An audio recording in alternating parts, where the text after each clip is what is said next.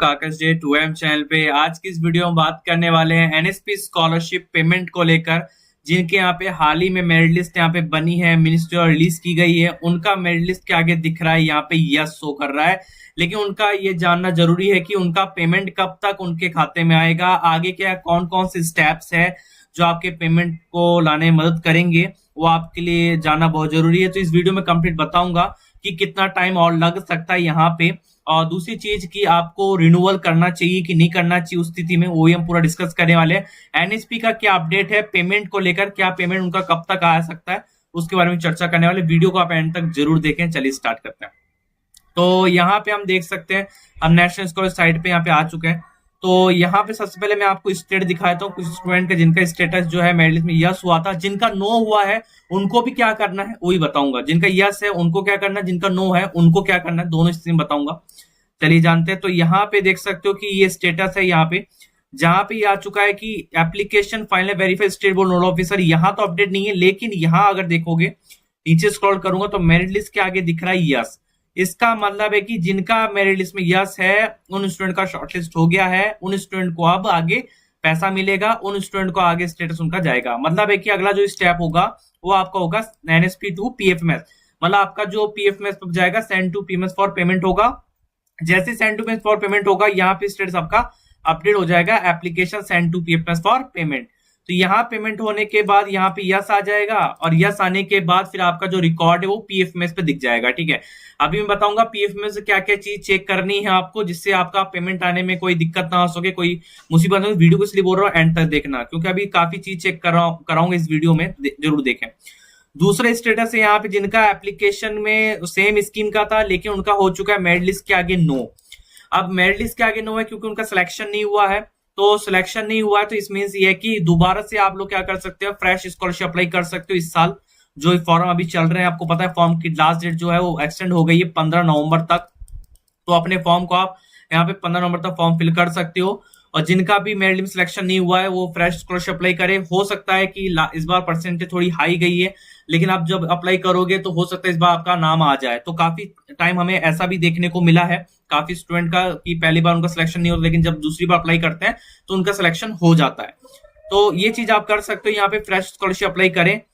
और बात करता हूँ यहाँ पे, अब चलिए मैं बात करता हूँ यहाँ पे गूगल पे आ जाता हूँ, और यहाँ पे मैं आपको कुछ चीजें चेक करनी है। क्या चीज चेक करनी है वो बताऊंगा। यहाँ पे सिंपली गूगल पे आना है। गूगल पे आने के बाद लिखना क्या है, यहाँ पे scholarshipworld.com देख लीजिए क्या लिखना है, scholarshipworld.com। पहली साइट है उस पर सिंपली क्लिक करना है।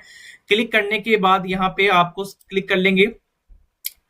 तो मैंने यहाँ पे क्लिक कर लिया, यहाँ पे इंटरफेस ओपन हो चुका है। पहला ही पोस्ट होगा एनएसपी स्कॉलरशिप पेमेंट 2024 पर, check NSP payment 2024, NSP payment date 2024-25। ठीक है, आपको पहले पोस्ट पे सिंपली क्लिक कर लेना है। मैं यहाँ पे क्लिक कर लिया है। क्लिक करने के बाद यहाँ पे टेलीग्राम इंस्टाग्राम फॉलो कर लेना फर्दर अपडेट के लिए। अब यहाँ पे नीचे आना है आपको। अब सिंपली चेक क्या करना है, सबसे पहले चेक करना है अपने एप्लीकेशन को। अपना एप्लीकेशन यहाँ पे लिंक दे दिया यहाँ पे।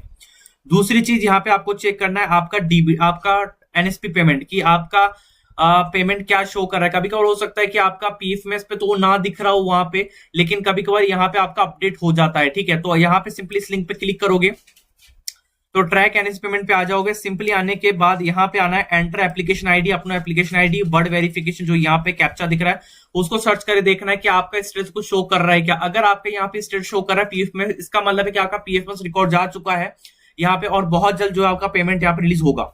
ठीक है, अभी दूसरा लिंक यहाँ पे आएंगे, जो दूसरा लिंक दिख रहा है यहाँ पे डीबीटी का। ठीक है, आपको अपना डीबीटी चेक करना है इस लिंक को क्लिक करके। तो डीबीटी यहाँ पे सिंपली आओगे और डीबीटी यहाँ पे बेनिफिशियरी वैलिडेशन पे आओगे। यहाँ पे स्टिक करना है बेनिफिशियरी वैलिडेशन।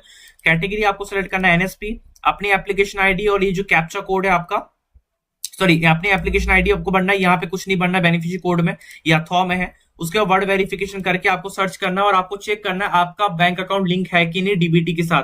अगर आपका बैंक अकाउंट डीबीटी के साथ लिंक नहीं रहेगा तो आपको पैसा नहीं मिलेगा। ये मैं आपको लिख के देता हूं, ये आपको पैसा नहीं मिलेगा, आपका पेमेंट फेल्ड हो जाएगा। तो ये चीज जरूर चेक कीजिए पहले। उसके बाद यहाँ पे कभी कभार होता है कि अगर आपका 6 महीने पहले तो आपका लिंक था, लेकिन अभी आप 6 महीने बाद देखो तो आपका लिंक नहीं रहता है, वो चीज होती है। तो जरूर एक बार चेक जरूर करें। लिंक मैंने दे दिया है। दूसरी चीज आपको चेक करनी है यहाँ पे, सबसे पहले यहाँ पे मैंने आपको बता दिया कि पीजी का पेमेंट के बारे में, जो यहाँ पे NSP scholarship PG scholar 2023 payment का, तो पेमेंट कब तक रिलीज होगा। तो यहाँ पे एक एनएसपी का अपडेट था जो मैं आपको बता देता हूँ एनएसपी का क्या अपडेट है। तो मैं यहाँ पे नेशनल स्कॉलर साइट खोल लिया है और यहाँ पे देखो नोटिस बोर्ड, जो अगर आप पढ़ोगे तो नोटिस बोर्ड में हमें यहाँ साफ लिखा गया है। अगर मैं यहाँ पे ये वाली लाइन पढ़ता हूँ, then their OTR will be link with their renewal application and student will be able to continue their renewal. मतलब जो भी स्टूडेंट यहाँ पे ओटीआर के साथ लिंक करेंगे, रेफरेंस हम उनको मिला है या जिनका मेरिट में सिलेक्शन हो गया है, वो बच्चे यहाँ पे रिन्यूअल कर सकते हैं। दूसरी चीज, application in their portal as well their pending payment, जो भी एप्लीकेशन में जो भी पेंडिंग पेमेंट था, pending payment for assessment year 2023-24 will also be process.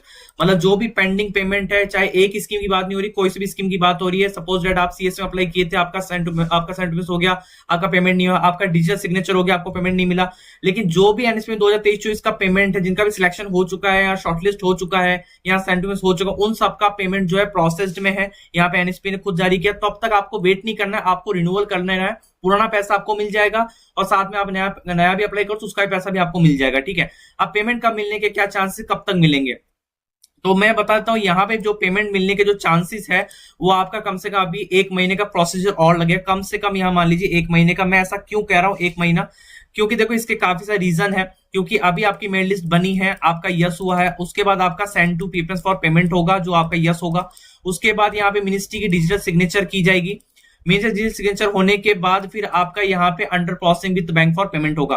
तो अभी इतने सारे जो प्रोसीजर है जो गुजरना पड़ेगा यहाँ पे, तो कहीं ना कहीं आपका 1 महीने का प्रोसीजर तो मान के चलो लगेगा। तो पेमेंट आपको आ जाएगा, ये 100% श्योरिटी है। कितना आपको मिलेगा, अगर आप एनएससी पीजी स्कीम से हैं तो कम से कम आपको 1.5 लाख रुपए की स्कॉलरशिप मिलेगी।